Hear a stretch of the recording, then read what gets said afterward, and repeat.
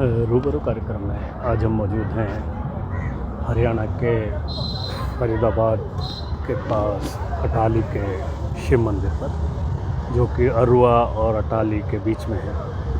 हमारे साथ मौजूद हैं शिव भक्त भीम भारद्वाज, जो कि हाल ही में 12 ज्योतिर्लिंग की पैदल यात्रा करके लौटे हैं और अभी वो गंगोत्री से गौमुख से पैदल कावड़ लेके आए। भीम जी, जय भोलेनाथ की। जय भोलेनाथ की। हर हर महादेव। हर हर महादेव। आपने जो ये 12 ज्योतिर्लिंग की पैदल यात्रा की, कितना समय लगा इसमें? मुझे इस 12 ज्योतिर्लिंग की यात्रा में, मैं पिछले सावन में कांवड़ के टाइम पे ही 12 ज्योतिर्लिंग की यात्रा के लिए लिख रहा था। पहले मैंने जल शिव भोले अपने इस मंदिर पर, जिस पे हर 6 महीना के अंदर मेला लगता है यात्रा, कांवड़ यात्रा का। बहुत ही विशाल ये कांवड़ आती हैं यहाँ तक कि ये 1-1 हज़ार कांवड़ इस पर चढ़ाई जाती हैं। हमारे साथ में बहुत बड़ा ग्रुप है ये, जो कांवड़ की यात्रा में हम जाते हैं। जैसे कि हमारे पास में 5-5, 6-6 गाड़ी 4 व्हीलर जाते हैं भर के गांव से, अरुआ गांव से, अटाली से, मोटुका से, कई गांवों से ये यात्रा हम करते हैं इसकी। पिछली बार भी मैंने ये गंगोत्री से यात्रा उठाई थी। गंगोत्री से केदारनाथ से होते हुए मैं यहाँ अटाली के शिव मंदिर पर आया था। यहाँ मैंने जल चढ़ाया। फिर थोड़ी मुझे लगा बाबा के लिए कुछ और करना चाहिए, तो मैंने 12 ज्योतिर्लिंग की यात्रा जा करके हरिद्वार से फिर जल उठाया। मैंने जल उठा करके मैंने पूरा 12 ज्योतिर्लिंग किया।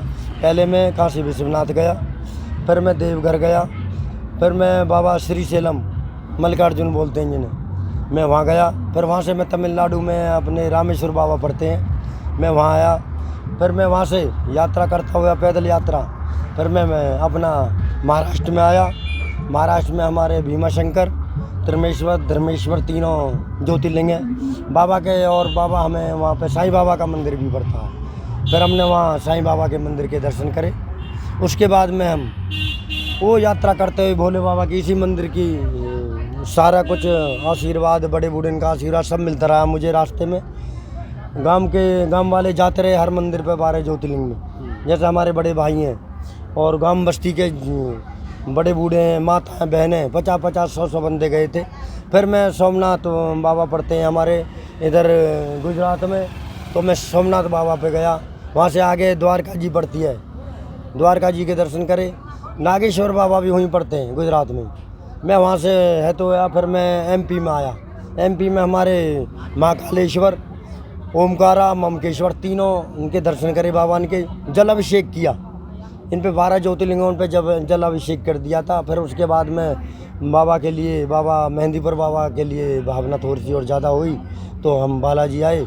बालाजी बाबा के दर्शन करे खूब बढ़िया तरह से। वहाँ प्रसाद भी बहुत बढ़िया लिया। वहाँ भी घर वाले 100-150 गांव वाले सब पहुँचे थे।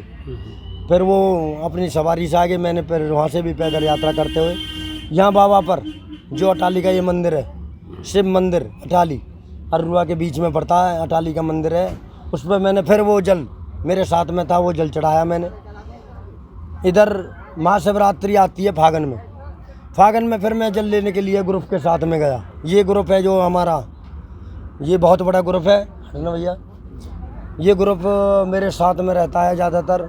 कुछ इसमें बच्चे ऐसे हैं, कुछ घटते रहते हैं, बढ़ते रहते हैं, पर ज़्यादा संख्या बढ़ती है मेरे साथ में, क्योंकि ये 12 ज्योतिर्लिंग से हमारे गांव में बहुत बढ़िया प्रभाव पर आता है। माता बहनों को सब एक जानकारी, एक संस्कृति वो भूल नहीं सकते। आज हमारी माता बहनें, अगर कोई हाल में है नहीं, कोई अनपढ़ भी है, वो भी इस बारे में बता देगी कि 12 ज्योतिर्लिंग हमारा दादा भीम भारद्वाज जी वहाँ 12 ज्योतिर्लिंग करके आए, क्योंकि उन बात से उनको भी ज्ञान बढ़ा है। छोटे बच्चे उनको भी पता है कि 12 ज्योतिर्लिंग होते हैं हमारे भारत में। पहले जब मैं छोटा था तो मुझे इतना ज्ञान नहीं था 12 ज्योतिर्लिंग के बारे में। 12 ज्योतिर्लिंग जब मैंने यात्रा करी है, तो पूरे गांव के बच्चे, माता बहनें, बड़े बूढ़े सबको इस बात का पता लगा कि हाँ 12 ज्योतिर्लिंग है। और ज़्यादा भोले बाबा पे अब के उस बात का फागन में फिर हमने पूरा बेड़ा लिया। फागन में फिर यात्रा करी हरिद्वार से, जल लेके आए अपने भोले बाबा पे। आज महाशिवरात्रि का, सावन का फिर मेला है। फिर हमने पूरा ग्रुप लिया है अटाली से। हम अटाली से चले हैं अपनी ये यात्रा दिनांक अपने 28 जून 2023 को उसके बाद में हमने गंगोत्री पहुंच गए 2 दिन में। तो 30 तारीख को हमने वहाँ से जल उठाया है।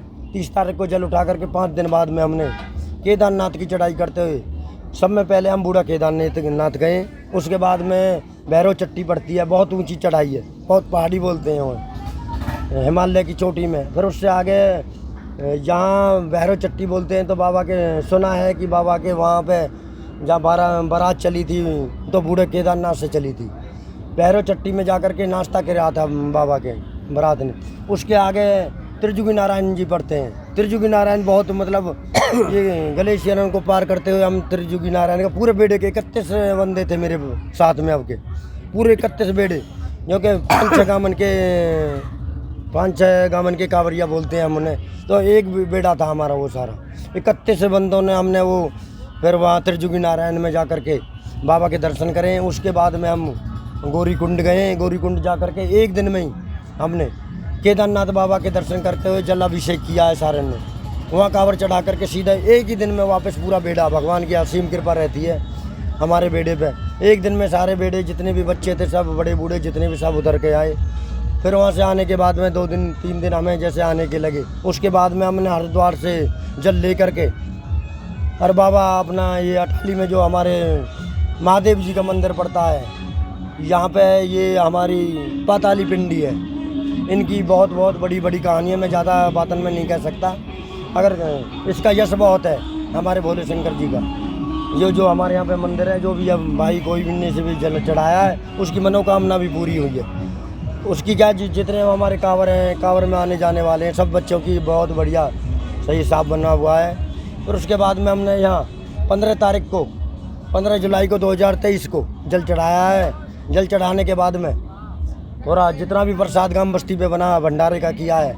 उसके बाद में कमेटी बैठी है और आगे की तैयारी उन्होंने पहले ही बता दी भाई मंदिर में क्या कार्य करना है, क्योंकि यहाँ 10-12 गामन के सारे लोग इकट्ठे होते हैं। वो अपनी सलाह दे करके आगे काम, जब हमारे जैसे बच्चे जब ही आगे काम करते हैं, क्योंकि उनकी सलाह के बगैर हम ये बड़ा मंदिर है इसमें काम नहीं कर सकते।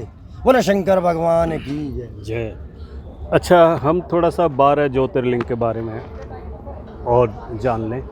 कितना समय लगा 12 ज्योतिर्लिंग की यात्रा पूरी? 12 ज्योतिर्लिंग की यात्रा में मेरी में भगवान भोलेनाथ की आशीर्वाद से, गांव बस्ती के आशीर्वाद से, सब बच्चों माता बहनों के आशीर्वाद से मुझे 6 महीना लगे थे। मैं 2 तारीख को चला था, पिछले सावन में चला था। फागन की 2 तारीख को ये जल की पूरा हुआ था, महादेव पे चढ़ाया था आकर के। तो इसमें पूरे 6 महीना लगे थे। 6 महीना में मेरी पूरी यात्रा होगी 12 ज्योतिर्लिंग की। और उसके साथ में मैं बालाजी भी गया हूँ और 2-4 जगह 31 पीटन पे भी गया हूँ। वो सारी यात्रा मिला करके फिर यहाँ पर मैंने अटाली में जल चढ़ाया पैदल यात्रा करके। वो पूरा हो गया 6 महीना में। और क्या क्या परेशानी आई?